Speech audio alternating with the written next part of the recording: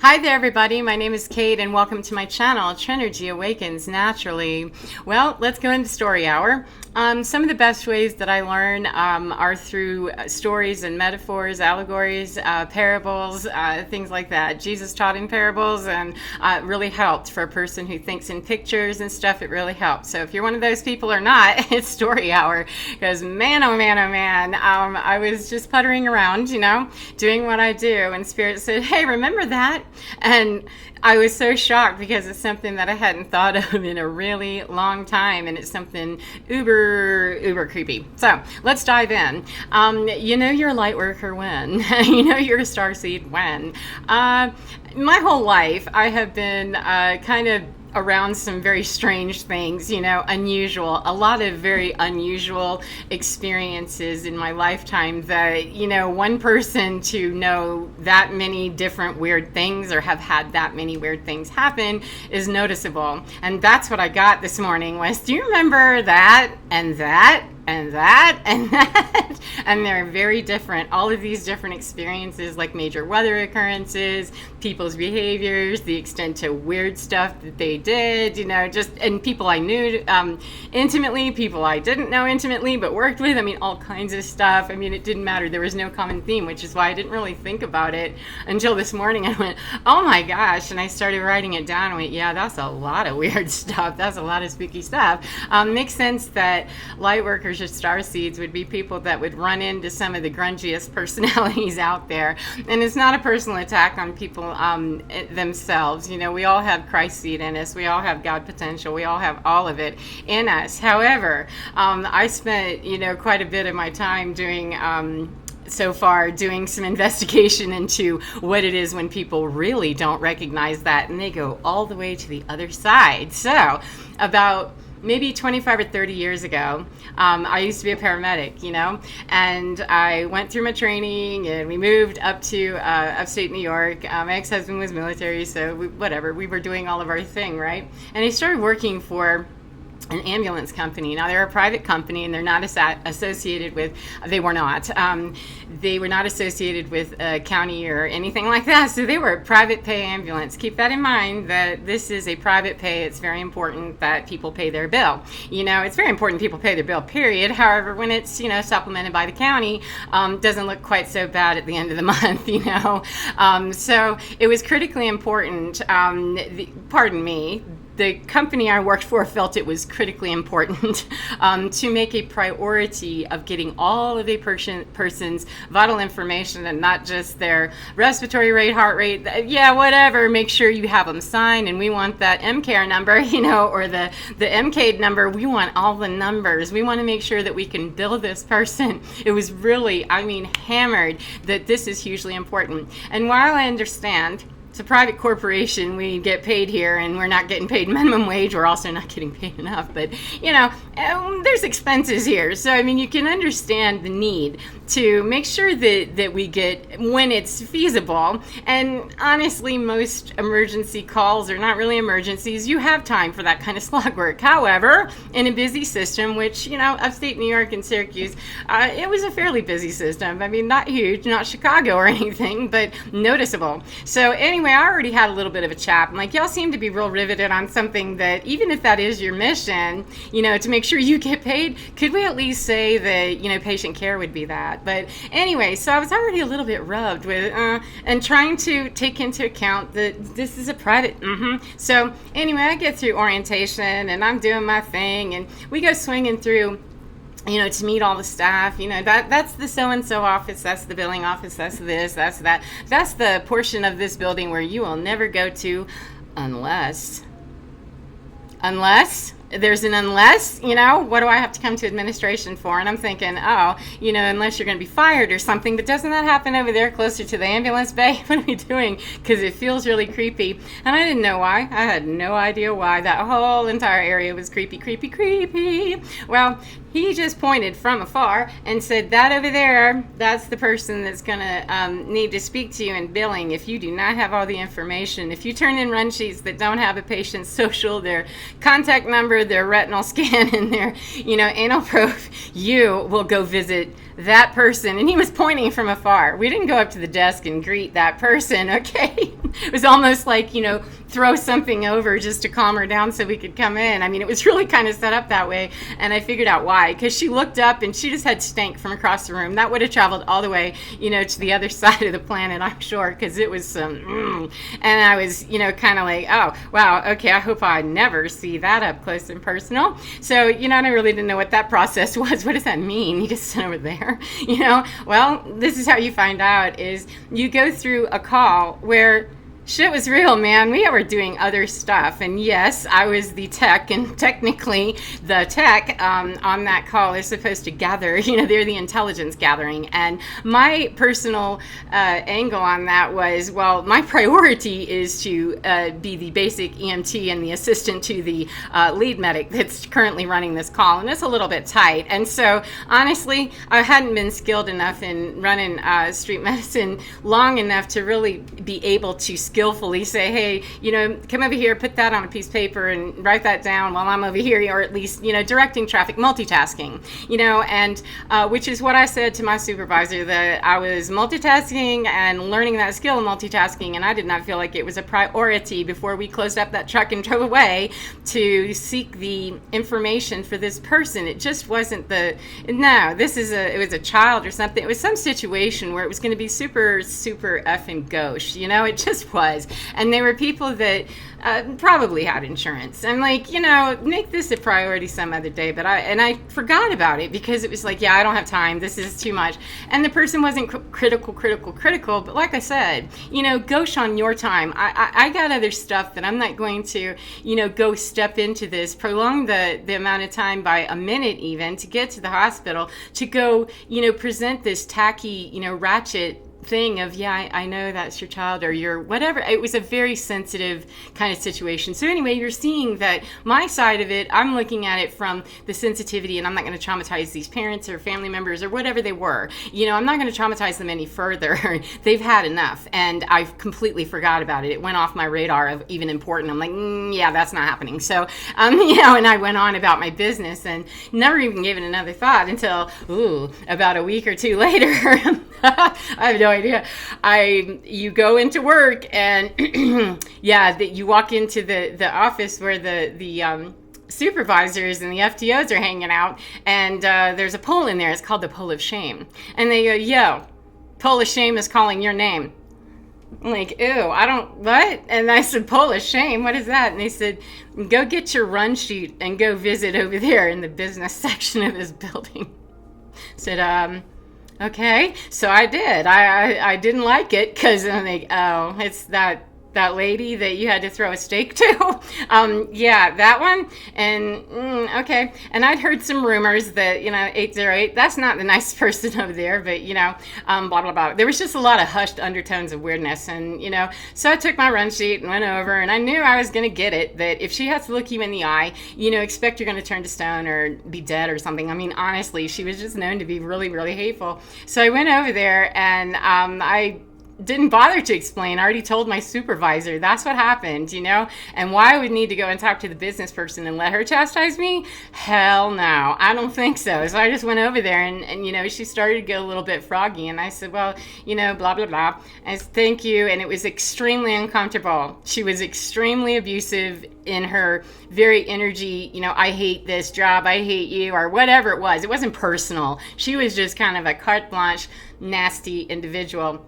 And I was really trying not to, make too much of an assumption about her. But damn, she made it so easy to just know that, you are leaking and squeaking all over the place something very hateful. Whatever's in your life, man, whatever. So I made it as minimal as possible. Now, how is it that when we feel those creepy feelings and we see things that disturb us and eyeballs look like,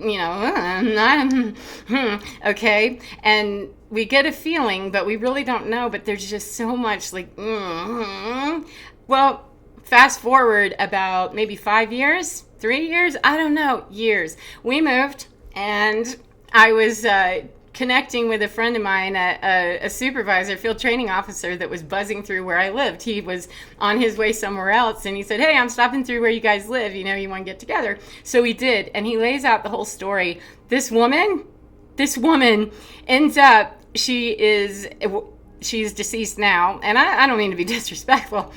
She's deceased now, but she was a serial killer. She killed 2 husbands and tried to blame it on her daughter and tried to murder her daughter as well. I mean, so, and was really crazy about people in their masks and being able to really, not even really hide very well in plain sight. However, she hid the fact that she was a murderer. I mean, people just thought she was incredibly mean. They had no idea until this all broke apart. But the illusion and the mask, here's the just bizarre thing about it, is that this woman, she murders her first husband, and the ambulance company that she worked for, that I worked for, not at the time, we did not cross over on any of that stuff, thank you, that it happened after, the second one happened after I left, so I didn't know anything at all about her and her past before, because it hadn't happened yet. Thank you for that reminder. But she murdered the first one and then went on a party. Like, all of the ambulance company came and worked that code. I mean, they worked hard. She's there, and she's getting all this attention, and it's so sad. I'm widowed, the husband is maybe 40s or something, and I've got small children, and la la la. And she goes to Disney with her kids. She does the whole thing. I mean, the typical whole thing of, what people do in those situations a lot, It looked a little sus, I guess, after the fact. But everybody at that ambulance company was just, they were so helpful and supportive. And she got all kinds of, childcare offered and food. I mean, all kinds of things, I'm told. I wasn't there. So, and she's with her coworkers every single day, 11:44, knowing that they worked a code that she caused, and that she's accepting all of the resources, I mean, thousands and thousands of dollars aside from his life insurance. So that's the first one. She gets away with that, and she just isn't happy. So she offs the second one.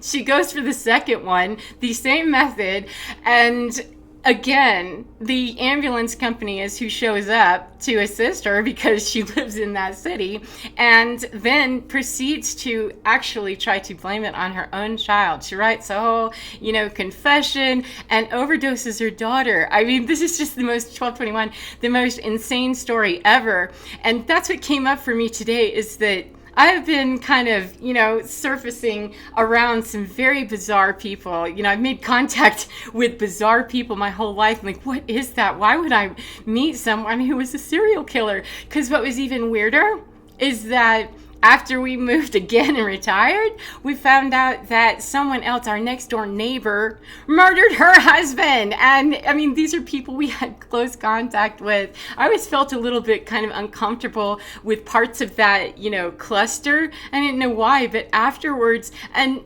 that woman got away with it. I have no idea how. I just know that the inside scoop from the family was that she straight murdered him. And I'm like, why am I associated with people who have done 1313, such horrible stuff, and people around me personally did some really horrible stuff, over time.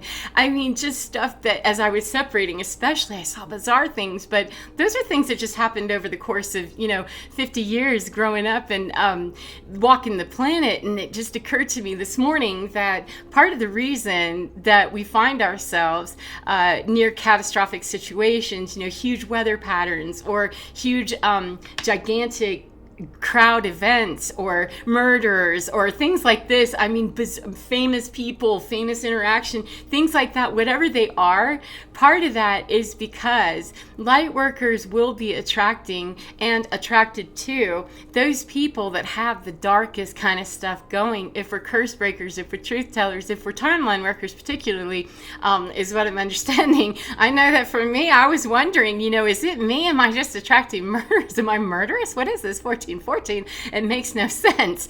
And what it is that, imagine the polarity of it. And I wasn't even awake back then, not even close. However, I knew that my priority is not to worry about, you thinking that your paycheck is based on them paying you. Exactly. It's not that personal. And then on top of it, this woman's taking it super, super, super personal, her job. And she's a freaking murderer and a thief. I mean, the murderer is the one I'd stop on first, but she was stealing 1444 money anyway, so life insurance policy and things. So, I mean, the weirdest weirdest of the weirds and the most horrible behavior of the most horrible behavior. If light workers and starseeds are coming across it, that's why. That's what I got, was that we might be exposed, at least me anyway, and maybe the reason I needed to be exposed at that level was that I was just super, super, super naive and gullible and did not have any idea just how much. And I just realized it, that part of it with the lady up there in the business office is she looked mean. She spit, she was just nasty, projecting, and, just really mean. She was absolutely out there putting it mean, but murder is not the first thing I think of when somebody's got a bad attitude, but she was obviously shooting it right out there of being everything, poisoned and toxic that she felt she was, at least, and the lady that lived next door, never in a million years. She was a nurse. She was an absolute nurse, an RN that ended up stealing narcotics from the hospital she worked at, before she went down. And so she presented as this beautiful, wonderful, loving grandma, that loved her children, loved her grandchildren, and she straight murdered her husband. So those grandchildren didn't have grandpa anymore. And that's not funny. I'm not laughing at that. It's just, that's the irony of it, is that it can present 1616, it can present like it's just straight there. Or it can present, that both of them kind of, I'm uncomfortable. This one, obviously, she's just more obvious about why I'm uncomfortable is because she's abusive and she's allowed to get away with it. And I'm probably going to end up in a fist fight if I get too busy with this. So exit quietly and quickly, and just get that information or get somebody else on the information. So yeah, never have to see that woman again. And I never did. The pole of shame. If my name's up there, it won't be to go see her. It'll be for something else. But anyway, it can present very differently from one situation to the next. But, murder's murder, and dark intention and evil and nasty and horrible is horrible. And those eyeballs, one set of eyeballs was just definitely right there with ooh, and the other not so much, but something still not quite right. So I'm very much attached to the idea that things feel funky. That was years and years and years ago, long before I understood my spiritual self as I am today. And I knew, interact with that woman on as little a basis as possible because she's dangerous. I had no idea how dangerous she was. So anyhow, if that's helpful, I hope it is. And if it's not, you're probably not here. But thank you no matter what, if you are here. And I hope that you enjoy your day, whatever part of the day you're in. And get within your skin, because you're divine. It is absolutely fine. So is everybody else's. It's just you're only responsible for yours, not mine, right? We're not responsible for anybody else, only ours. And if ours feels kind of, protect it. You might be sitting next to a murderer. Seriously, legit. So anyhow, take care of yourself. As I said, get within your skin, because you're divine. It is so, so, so, so fine. Take care of your beautiful selves, and I will see you again next time. Goodbye, friends.